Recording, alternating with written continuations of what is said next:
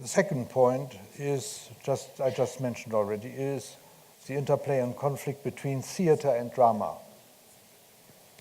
The theoretical problem of the interplay and conflict between theater and drama, which I emphasize, remains, as I see it, a tool with which to rethink the European tradition of dramatic theater, as well as the European tradition of its theory. My proposal of the sequence pre-dramatic, dramatic, and post-dramatic is not thought as not a kind of Hegelian process, or progress even. It is an attempt to rethink the development of European theater from the perspective of contemporary practice, as an inner tension, and even, as it has been said by Christoph Menke, a contradictio in adjecto between drama and theater, in the term of the notion of dramatic theater.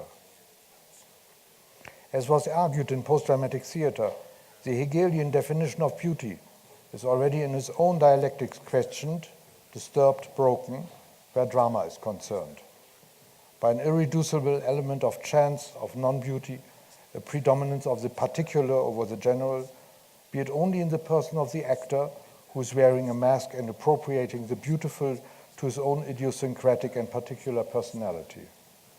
Post-dramatic theater is in this respect theater in the age of the self-reflection of the concept of the beautiful. And this, to anticipate a little what I will speak about later, is generally true about the notion of the beautiful. As a German, I come, of course, from Hegel and Kantian concepts of the beautiful. And as Kant says, the beautiful things are the things that prove that man is at home in the world. And I think that today, it's exactly the contrary, that we have a reflection, the self-reflective, distinct distance to the concept of beauty, because we think more of theater and art as practices which make us a stranger to the world and who inhibit our habit to be familiar in it and with it. The next point is that the term post-dramatic is to be understood in historical reflection on two levels. On the one hand, the word post-dramatic was supposed to function as a critical and polemical term, which would distinguish a number of theater practices which I had studied roughly since the 1960s, 70s, and surrounded as well as permeated by the advent of a culture of mediated performance. And I wanted to distinguish these practices, which were and often still are guided by the idea of a theater centered around dramatic structure in the sense of the tradition of the 18th and 19th centuries. So there's another point which is very important. Many of the features that we find in contemporary theater practice, you can find also in historical avant-gardes already. But today, all these elements have shifted in their signification, their meaning, because now theater is in the context of a media culture, and this redefines every one of its elements to be rethought of. Now, within a rich and influential and often still very creative landscape of institutionalized theaters in Europe, the dramatic tends to be taken as the natural model of what theater should be, and as often as claimed, should remain to be.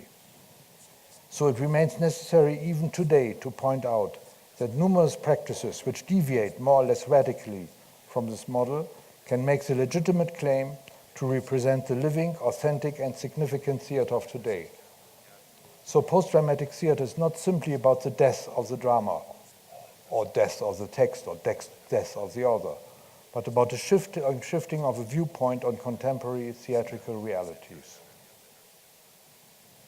At the same time, the book indicates the thesis that the dramatic mode of theater, in the precise sense which we can give to this notion of dramatic theater, behind the term dramatic, building on Hegel, Peter Sondy, Brecht, and others, is very unlikely to be reanimated in the future. I say this because often then I find academic work where the work of authors today is then termed neo-dramatic or post-dramatic and so on. There are indeed strong arguments to be made in favor of the thesis that the idea of the dramatic does not in fact point to some eternal anthropological given.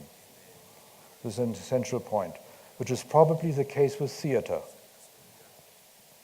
But that drama refers only to a very specific, historically limited, particularly European concept of theater, which is possibly, and I would say probably, on the verge of losing its ground in our times.